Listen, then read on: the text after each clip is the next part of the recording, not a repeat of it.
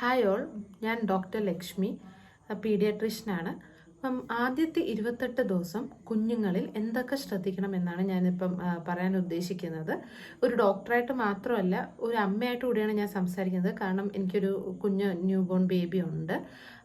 So ആദ്യം തന്നെ നമുക്ക് ഡെലിവറി കഴിഞ്ഞ് ബേബിയെ കയ്യിൽ കിട്ടുന്നത് തൊട്ട് തുടങ്ങാം. ചിലരുടെയൊക്കെ വീട്ടിൽ പറയും ബേബി ജനിച്ചാൽ നാവിൽ നമ്മൾ തേൻ കൊടുക്കണമെന്നുള്ളത്. എനിക്കും അങ്ങനെ എൻ്റെ കുറച്ച് റിലേറ്റീവ്സ് അങ്ങനെ പറഞ്ഞായിരുന്നു.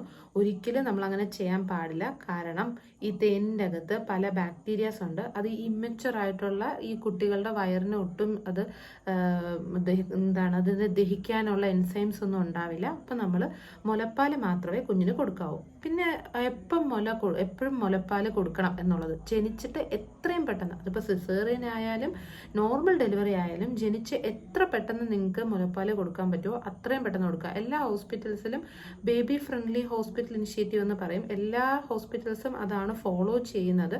സിസേറിയൻ ആണെങ്കിൽ പോലും അമ്മ എപ്പം പാല് കൊടുക്കാൻ അമ്മ എപ്പം കേപ്പബിൾ ആവുന്നു 1 മണിക്കൂറിനകം എന്നാണ് പറയുന്നത്. അപ്പം എപ്പോൾ കേപ്പബിൾ ആവോ അപ്പം തന്നെ മുലപ്പാൽ കൊടുക്കണം. പിന്നെ ചിലയിടത്തൊക്കെ ഈ പൊക്കിൾക്കൊടിയിൽ പെട്ടെന്ന് ഉണങ്ങാൻ വേണ്ടി ചാണകം തേക്കുക, അങ്ങനത്തെ ചില പരിപാടികളുണ്ട്.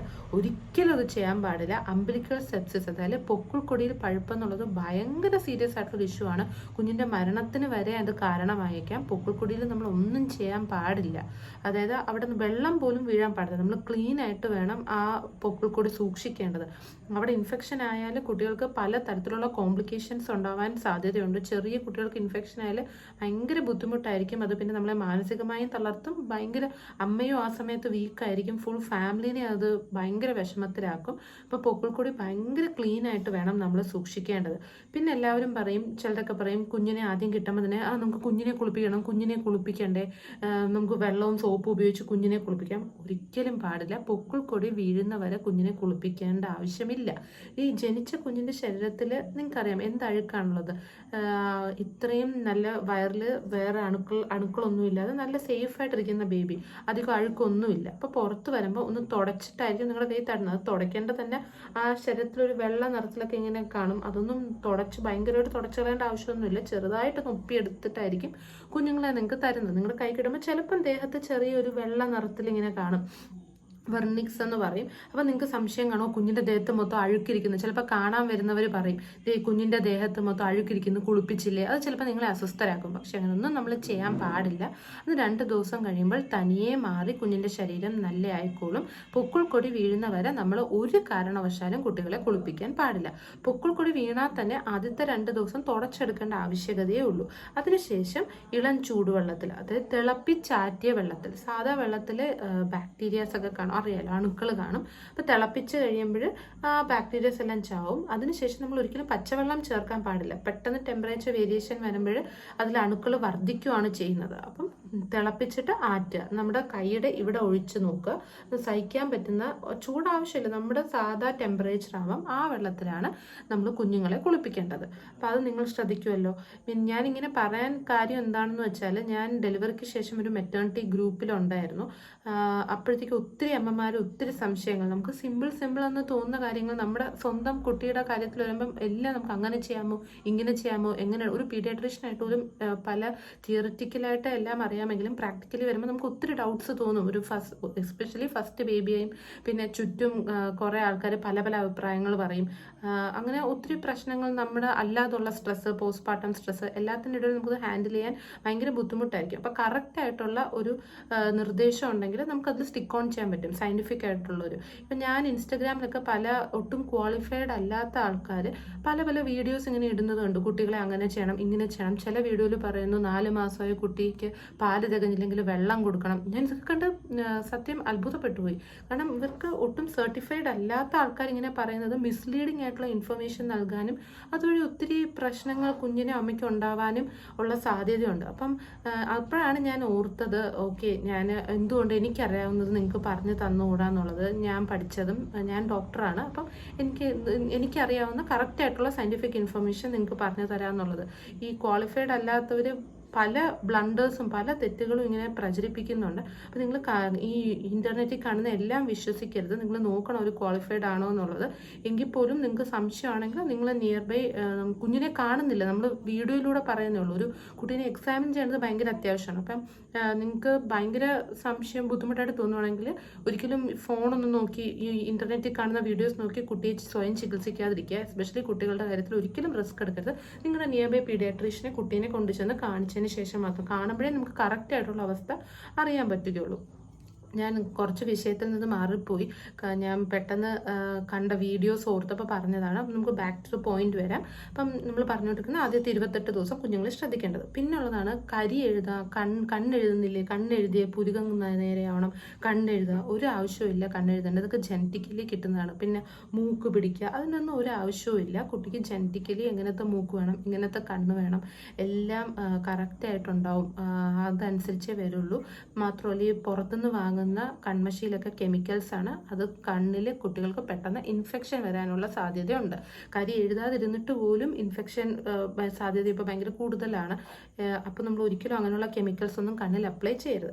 പിന്നത്തെ കാര്യമാണ് കുഞ്ഞിനെ കുളിപ്പിച്ച് കഴിഞ്ഞ് പൗഡർ ഇടുന്ന എല്ലാവരും നമ്മളോട് പറയും, പൗഡർ ഇടുന്നില്ലേ, അയ്യോ കുഞ്ഞിൻ്റെ കക്ഷത്തും കഴുത്തിലും ഒക്കെ പൗഡർ ഇടുന്നില്ലേ. അപ്പോൾ കുഞ്ഞിന് എന്തിനാണ് പൗഡർ ഇടുന്നതെങ്കിൽ മനസ്സിലാവുന്നില്ല. അല്ലെങ്കിൽ തന്നെ ന്യൂ ബോണിന് നല്ലൊരു അറോമ, നല്ലൊരു സ്മെല്ലാണുള്ളത്. ഒരിക്കലും ഒരു മോശമായ സ്മെല്ല് ഒരു ന്യൂ ബോൺ ഒരിക്കലും ഉണ്ടാവില്ല. ഈ പൗഡറിലെ ഫൈൻ പാർട്ടിക്കിൾസ് കുട്ടികളുടെ മൂക്കിലൂടെ കയറി അവരുടെ ശ്വാസകോശം ഒട്ടും മെച്വർ ആയിരിക്കത്തില്ല. അപ്പോൾ അതിലെത്തുമ്പോഴേക്കും അത് അവർക്കത് ഇൻഫെക്ഷൻ ഉണ്ടാവാനും ശ്വാസമുട്ടുണ്ടാവാനും ഒക്കെ ഉള്ള സാധ്യതകളുണ്ട്. സോ അതുകൊണ്ട് കുഞ്ഞുങ്ങൾക്ക് പൗഡർ ഇടേണ്ട ഒരു ആവശ്യവും ഇല്ല. പിന്നെ നല്ലോണം സോപ്പ് തേച്ച് പതപ്പിച്ച് കുളിക്കുക എന്ന് പറയുമ്പോൾ നമ്മൾ ഒരാവശ്യവും ഇല്ല. മൈൽഡ് ആയിട്ടുള്ള സോപ്പ് എന്തെങ്കിലും വേണമെങ്കിൽ മാത്രം തേച്ചാൽ മതി, അല്ലാതെ സോപ്പിൻ്റെയും ആവശ്യമില്ല. പിന്നെ നല്ലോണം തല ഉരുട്ടി കഴുകുക, കൈ ഇങ്ങനെ കാലൊക്കെ നല്ലോണം ഇങ്ങനെ മസാജ് ചെയ്യുക.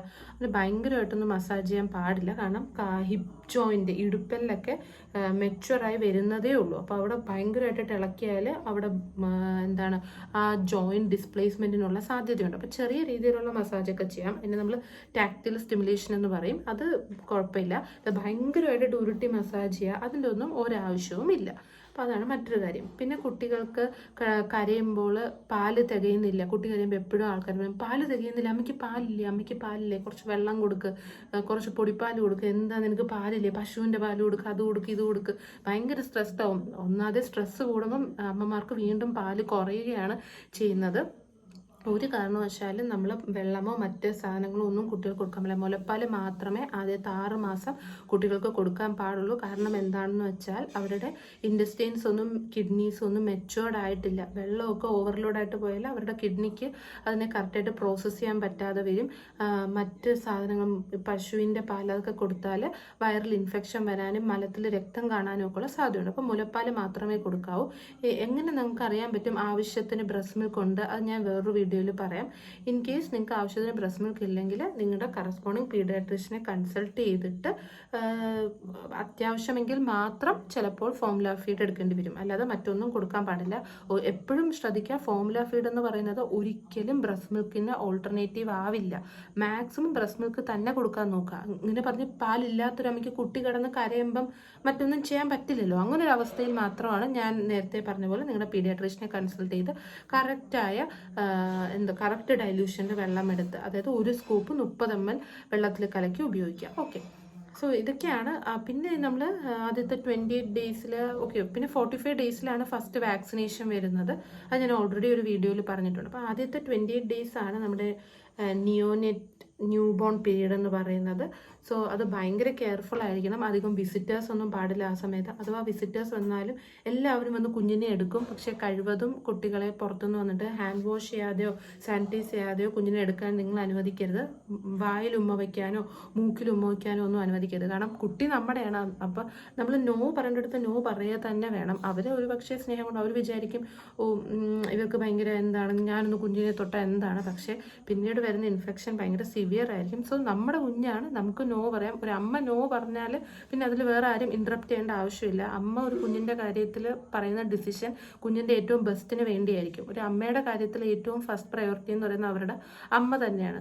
നമ്മൾ ഇപ്പോൾ പീഡിയാട്രീഷ്യൻസ് ആയിട്ട് വർക്ക് ചെയ്യുമ്പോഴും OP-യിൽ ഒരമ്മ വന്നിട്ട് കുഞ്ഞിന് ആക്ടിവിറ്റി കുറവാണ് അല്ലെങ്കിൽ കുഞ്ഞിന് എന്തെങ്കിലും ബുദ്ധിമുട്ടുണ്ടെന്ന് പറഞ്ഞാൽ ഒരിക്കലും നമ്മളത് നിസ്സാരമായി കാണില്ല. അമ്മയ്ക്ക് അങ്ങനെ തോന്നിയിട്ടുണ്ടെങ്കിൽ there is something in the baby. കാരണം അമ്മയാണ് ഫുൾ ടൈം ബേബിയുടെ കൂടെ ഉള്ളത്.